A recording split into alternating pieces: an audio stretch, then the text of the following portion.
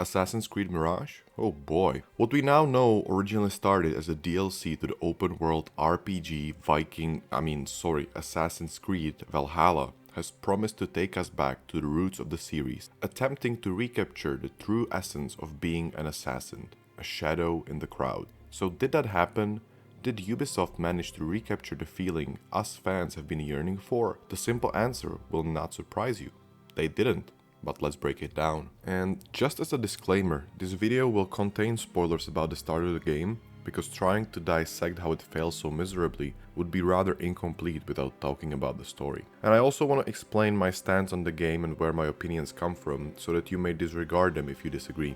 I'm a huge fan of the series, I always have been, ever since the days of Assassin's Creed 1, which I still consider a brilliant game that has aged somewhat decently. I believe that the AC games of old, let's say up to and maybe including Syndicate, were great because of their main stories, freedom and choice. While they were never a true pinnacle of the stealth genre, they made it feel exciting, rewarding and engaging. Their strongest point was easily the atmosphere, paired with a very fun gameplay, which made for some truly great and some truly mediocre games. The RPG era has passed me by. I tried playing Origins once, and after an exhausting 10-minute gaming session, I became violently sick and uninstalled. This may tell you that I'm biased, and I most likely am, towards the games of old. But I don't think that is entirely wrong when Ubisoft introduced this game as one that should cater to me and other nostalgic bastards who just cannot let go.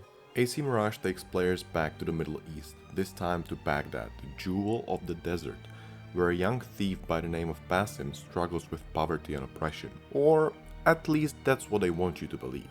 The game starts with a reasonably young Basim, a street thief who lives in Anbar, a small city near Baghdad. His life, apparently, consists of struggling with hunger and indeed poverty, to which the solution is petty theft, which Basim performs with his female friend Nihal. This wouldn't be a bad start for an AC game. After all, the skills thieves possess do align with what an assassin's skill set must possess. Picking pockets, blending in with the crowd, being able to analyze and scout an area for guards and exits, parkour and whatnot.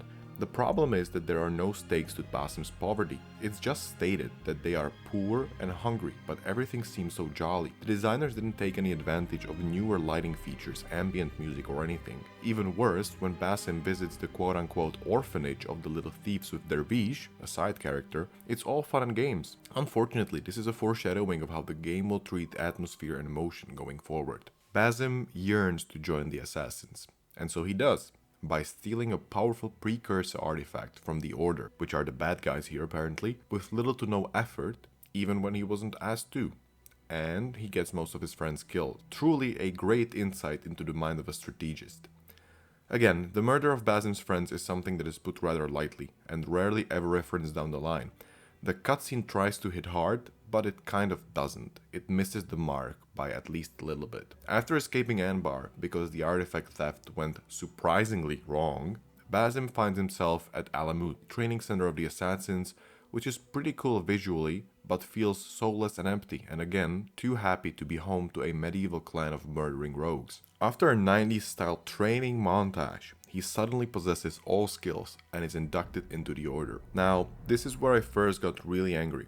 Thinking back on Ezio, Connor, Arno, on how treacherous, long and exhausting their paths to becoming a true assassins were, this just feels like a joke. Seriously, Basim is shown to struggle with the leap of faith. That's pretty understandable. No sane person would consider leaping headfirst off a building into a haystack as the most sensible thing to do. So, I expected there to be some true meaning to the path, overcoming an obstacle. But now, a quick cutscene, Basim says, "I'm calm now," and he goes from a boy into a stoic assassin capable of all the tricks, all in the span of about 90 seconds. Connor had to overcome the burning of his village, death of his mother, rigorous training with Achilles, and wrestling with his anger before he ever put on the ropes. Ezio got them pretty much at the start, but his way to becoming an assassin capable of controlling his emotions was equally rocky. With Basim, there was no sense of achievement, reward, nothing. Honestly, for a game attempting to return to the roots, it felt like an insult. The journey to the city is again a montage, which feels pretty subpar after Altair's voyage to Damascus, Connor's fearful entry into the hustle and bustle of colonial cities, or indeed the Auditore family's trip to their villa.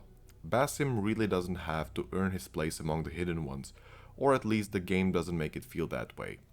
The voice acting doesn't really help at all. It lacks emotion, substance, and to be honest, it just feels corporate, which is the theme of the game throughout its entire run. What tea did my Bassam like? Ginger with some turmeric. Wrong! Bassam does not like tea.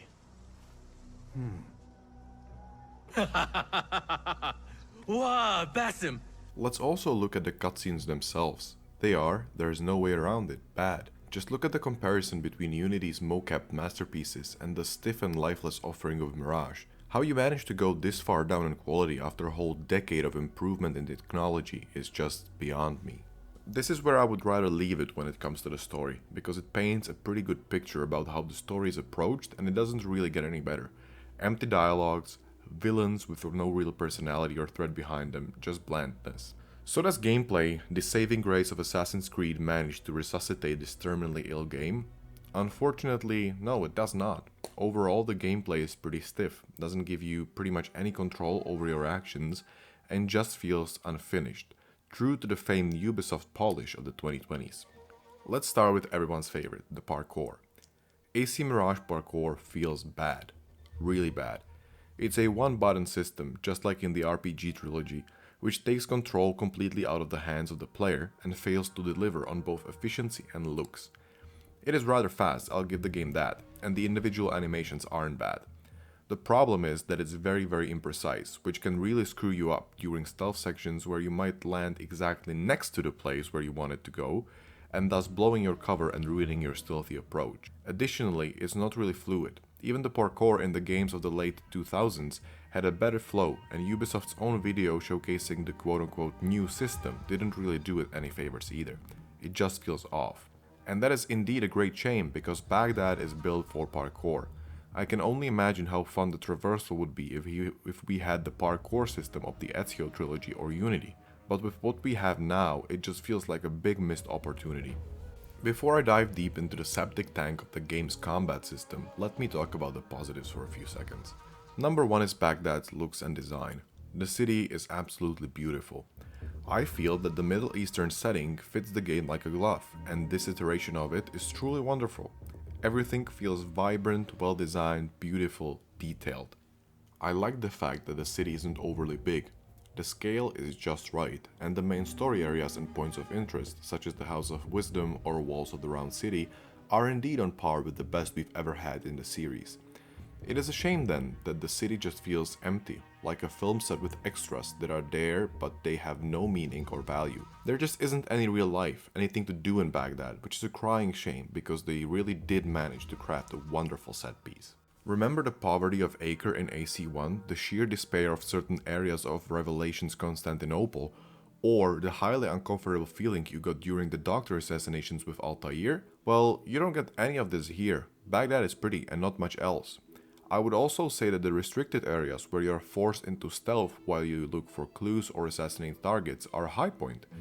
They are not as good as Unity's black box missions, but they reward exploration, are reasonably fun to move through, and set up stealth in a convenient but still slightly challenging manner. But just like Baghdad, they are brought down by the game's mechanics. The NPCs are absolutely idiotic. Their AI has to wear shoes with velcro instead of laces and only eats using a spoon.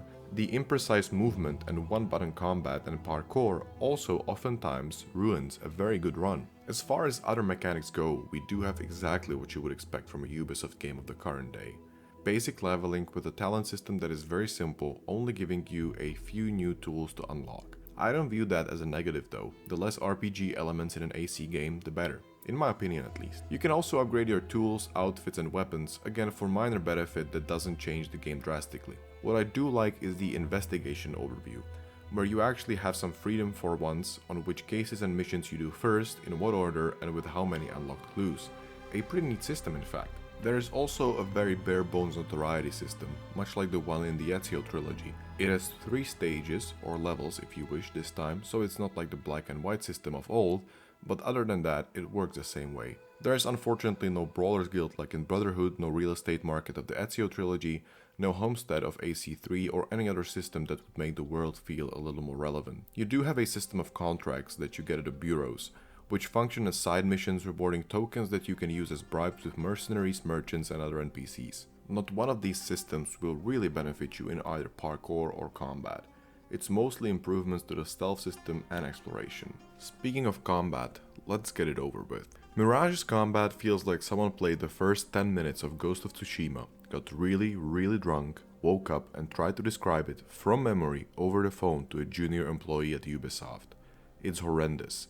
It makes you feel incredibly incapable, while treating the enemies as damaged sponges with very predictable movement patterns that just need to be dodged or parried. Yes, the older combat systems of counterattacking weren't great either, but at least you had control and choice. In Mirage, you cannot pick a weapon. You do have a sword, a dagger, and a hidden blade, but the game only allows you one combat style, and that's some strange dual-wield hybrid. No option to do it differently. Can't use just the dagger, hidden blade, nothing. The game also bizarrely chooses when it will let you assassinate or not. Even in situations where you are clearly out of sight, behind or above an enemy, it will not let you perform an assassination if it registers you as in combat. There are some side quests and additional content in Mirage, which are forgettable at best and serve as filler. You do get access to the Scouting Eagle and Kidu, who might be the character with the most depth of everyone in the game, and you do have a hidden blade and a cape. The tools you get to use, like the throwing knives, blow dart and smoke bombs, are actually fun and open the game up to some clever uses of mechanics, but it's a far cry from a feature that would make the game good. But a return to the roots? Maybe on the surface or in the trailer, but once you get in and start playing, the illusion falls apart and reveals a game which feels rushed, unfinished and afterthought. A game that should have been a DLC. Even the fact that the famed Return to the Roots wasn't even a full entry into the series, judging by the reduced price tag and the obvious Valhallization, it's all a great disappointment. I really came into the game with a positive outlook. I did. Maybe that's why my criticism is so harsh, because I'm very disappointed. I wanted the game to be good, I really tried to like it, but it's just not that great. It feels soulless, empty, castrated, lost. It's clearly a result of a makeshift fix and features that came out of an executive meeting room, not from the passion of the developers. It all just feels as an afterthought, and that's because it most likely is. Thank you for watching the video. It was my first attempt at a gaming video since I let's played Minecraft 10 years ago, so I hope you'll find it at least halfway decent. In the next one, we'll take a look at what Assassin's Creed has lost over the years and why it feels different. And now, if you'll excuse me, I'm going to play some Brotherhood to get this sour taste out of my mouth.